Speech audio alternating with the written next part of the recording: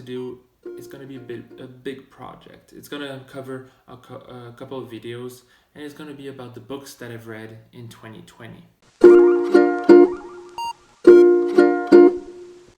So I'm going to separate that video into a couple of parts, and then at the end I'm going to do a top 5 of the books that I've read in 2020. So if you're lazy, check that out.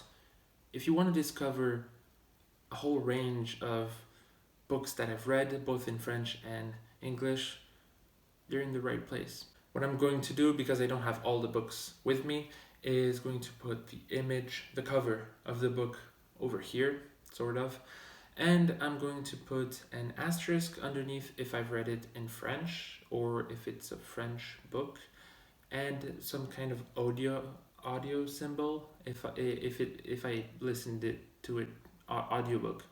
Words. Anyways, you understood what I said. Let's begin.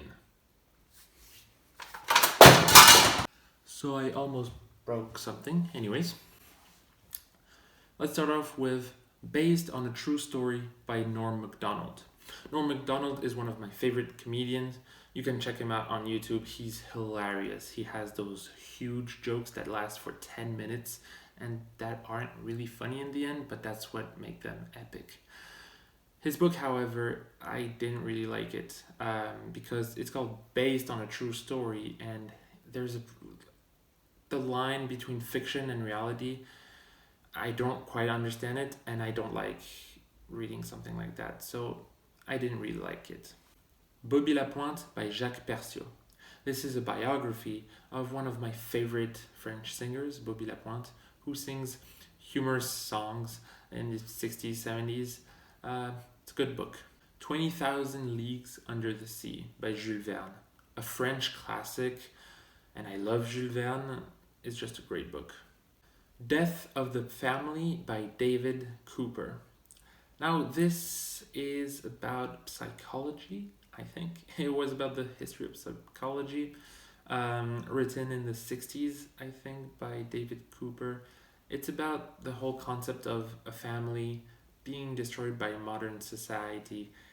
Didn't understand all of it. There were some good ideas, which I don't really remember, but yeah.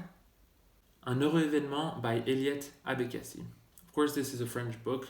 I don't know what it translates to, and because I'm lazy, I'm not going to do that for every French book, so deal with it. It's about a woman giving birth and how she hates giving birth, how she hates kids, and she hates her life. So it's a bit depressing, but it is interesting to see that point of view of from the point of view of a woman giving birth and the whole stress and just everything around it. But very stressful. I don't like it that much. The Summer of the Sky Blue Bikini by Jill Ross Klevin. I think I said it right. It's basically one of those books that you read when you're a teenage girl. I'm not a teenage girl. I read it. It's okay. Yeah, it's not that bad. It's not that good either. The DaVinci Code by Dan Brown. That's what I'm talking about. It's brilliant. It's a brilliant book, and it's a classic, and I wanted to read it for so long, and I finally got the chance this summer. It's just a great book. Not everyone should read it, but it's a great book. What Matters Most is How Well You Go Through the Fire by Charles Bukowski. And yes, I love Charles Bukowski. His poetry and his prose, I just love it. I love his style. It's direct, it's honest, it's brutal, it's just disgusting sometimes. I really like it. I don't agree to his view on the world all the time, but I really like his style. So I loved this book and his poetry in general. Also, fun note, it was offered by Emily on Valentine's Day for me. Life of Pi by Johan Martel. I think I pronounced it right. Life of Pi is a modern classic, and I'm really happy that I got to read it before watching the movie, because the movie, I didn't like it that much, but the book is, it's really good. I think I'm going to talk about it in more details in my top 5, spoiler alert, but it's really good. And the ending is unlike anything I've ever experienced in a book, I think. Amazing ending. It's truly a modern classic. I think it was written in like 2001, and it's so famous. It deserves its praise. It's rated. Le Libraire by Gérard Bessette. It's a Québécois book about someone working in a library. It's okay. Nothing special. It's a quick read, like 150 pages or something. The Hard Life by Flan O'Brien. This is one of those like short books that I picked up for free in front of Redpath Library at the time. It's about life in Ireland in the 1800s. It's so outside of what I would look for in a book. And it is interesting. It is funny and weird. But it's boring sometimes, the book.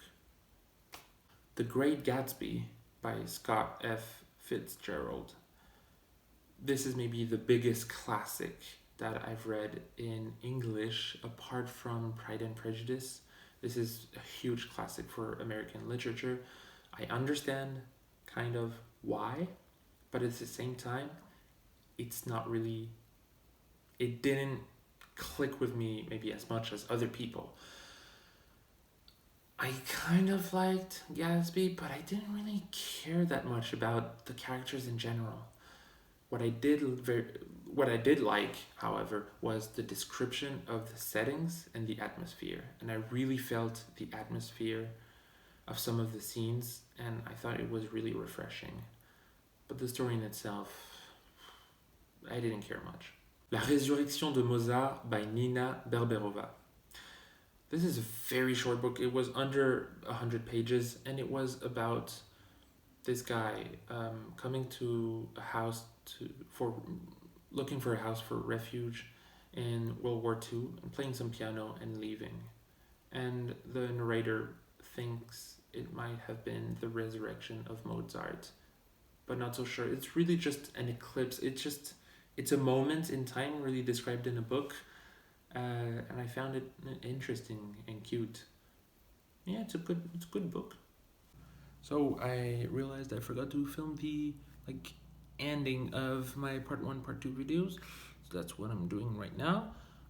Subscribe to my channel. If you want other videos like this one, well, you're gonna have videos like this one in the next couple of days, because I made a ton. Subscribe to the channel if you haven't done it in the past 5 seconds, and watch my other videos if that might interest you.